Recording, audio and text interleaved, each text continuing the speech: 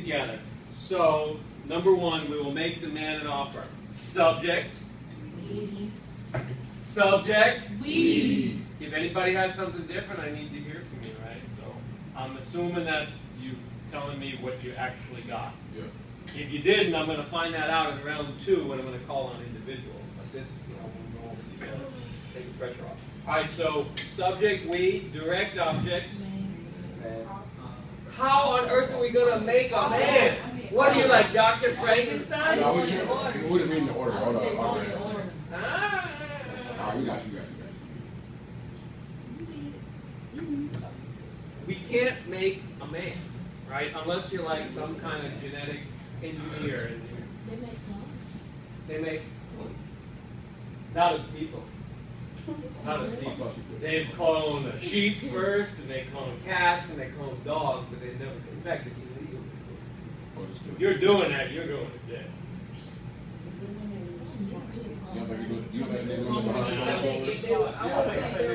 So what are you going to do it in your basement and not tell anybody about it? No, I think the government does it all myself. First of all, in order to do that, you would need like a super duper laboratory that only like the biggest universities in the government has. Wow. You watch the X-Files. The government is not cloning you. Yeah, they could be, but there isn't. All right, back to the task at hand. We are not making a man. What is the direct object in sentence 1? And what is the indirect object? Man. Now you got it. Number 2, get yourself a job. Subject. Nope. Get is a verb. Wait, did somebody say there's no subject? Half right and half wrong. There's no expressed subject, but who is the implied subject? You. What is? Let me backtrack a little bit. Number 1 is a statement. I don't think I need to explain that. What kind of sentence is number 2? That's a demand, but what's the grammar name for demand? We know we call it a command. Now, in command sentences in English, you don't express the subject. So the subject is you understood. This sentence is addressed to somebody. Right? All right, I'm going to you. Get yourself a job. So that's a command to a person, and the subject is implied. So the subject is you implied. What's the direct object? Job. And so what is yourself? Yes. Once again, the direct object is this sentence is about getting. Sentences are, for me, they're about their verbs. This sentence is about getting. Who's doing the getting? You. What are you getting? Direct object. The indirect object is the person to whom or for whom the action is performed. So you're getting a job for yourself. We could say that too. Get a job for yourself. Yourself is the indirect object. All right, now ask again. Is this as easy as you thought it was? Yeah. We've done 2, and we've had mistakes on both. Not that there's anything wrong with that. No, you can make as many mistakes as you want, as long as at the end, we get the mistakes out of our system. All right, number 3, the captain told the people a story. Subject. Direct object. Indirect object. Okay. We're 1 for 3. That's like Alex Rodriguez territory. Hey, Rod. You're not baseball fans. Number 4. This is a hard one. You won't grant the soldier immunity. Subject. Direct object. Immunity. What is that? That's like. You can do anything you want. Is what it's, yeah. And indirect object. All right, now we got it. We're on a roll. Number 5. You gave me some water. Subject. Direct object. Water. Indirect object. All right, does anybody have questions?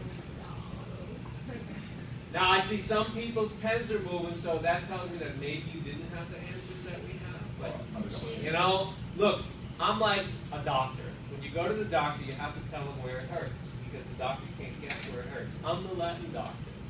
If you don't tell me where it hurts, I'm not going to be able to help you. So you're going to tell me about the mistakes you make. I will find out, because we're going to have a quiz on Thursday. And what do you think that quiz is going to be about? So, it's in one sense, I'm a little bit like Santa Claus. Right? Right? What do they say about Santa Claus? Making a list, checking it twice. He's gonna find out who's naughty or nice. I am gonna find out whether you get this or not, but I want to find out now. So fess up if you're having trouble with this. There's no issue with making mistakes, but I want to see which mistakes you're making so I can fix them. All right, number 6, I will offer the nurses better pay. Subject. Subject, I want to hear everybody. Direct object. Indirect object. Yeah, now we're really like K-Rock territory. 4 to 6. Or maybe you're a basketball fan. LeBron. Maybe like Right, sorry. Soccer's my sport, so I don't really pay. Oh, maybe we're in Brady territory. We take 4 out of 6 balls. Did you really? Oh, I'm playing soccer tomorrow. All right, number 7, special challenge. Special challenge. It is better to serve the old lady her dinner now. Subject. You floored me. I didn't think you were going to get that. Direct object. Wait a minute. What about old lady? Isn't that the direct object? No. That's correct. Because if old lady is direct object, that means cannibalism. Because then she's the dinner, and that's not right. So subject is direct object, dinner. What? Old lady, indirect object. This is a tricky sentence because of this it business. Does anybody want to stop and have an explanation of that, or just keep going? All right, number 8, the cook baked the children some cookies. Subject, direct object. Children, direct object, you bake children. Ooh, that's nasty. You can't eat children. You know, grammar matters. If you don't get the direct object right, you committed a horrible crime. You killed children and cooked them.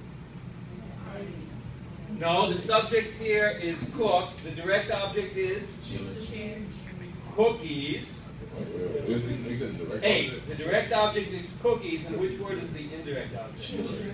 Yeah, because children are the people for whom you're baking the cookies, right? That's the indirect object. The person or thing to whom or for whom you're baking.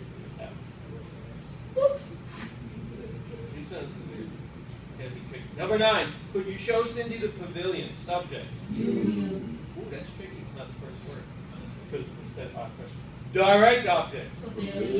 Indirect object. Okay. Number 10, pitch him a curveball. Subject. What did we say the subject was? You understood. This is the command again. So subject, you understood. Direct object. Indirect object. Number 11, I baked this pie for Mom. Subject. Direct object. You baked your mom. Hi. You didn't bake your mom. I hope you didn't bake your mom. That would not be right. Even though Mother's Day is over. The direct object is what you're baking. Sentences are about their actions. Number 11 is about baking. Who's doing the baking? The subject. What am I baking? Direct object. That's pie. Indirect object, the person or thing to whom or for whom I baked. So Mom is the indirect object. Now we said there's always 2 ways to write this. 12 is the other way. I baked Mom a pie. Subject. Direct object. Indirect object. Okay. Are we good with this? We're not baking our mothers? Number 13, I handed Mike the test. Subject. Direct object. Indirect object. 14, I handed the test to Mike. Subject. Direct object. Indirect object. What's the difference between 13 and 14? The indirect object. Oh yeah, word order. Yeah, continue with your thought. Let's take 13. I said, subject, is subject, indirect object, indirect object, and indirect object, and then direct object, and then in 14 we flipped it. Yeah. Subject, direct object, indirect object. When we do it like we do in 14, we have to put TO in there, right? Because you couldn't take TO out of 14. I handed the test Mike is not English. So English has these two ways of doing this. One is pattern A, one is pattern B. All right, cut.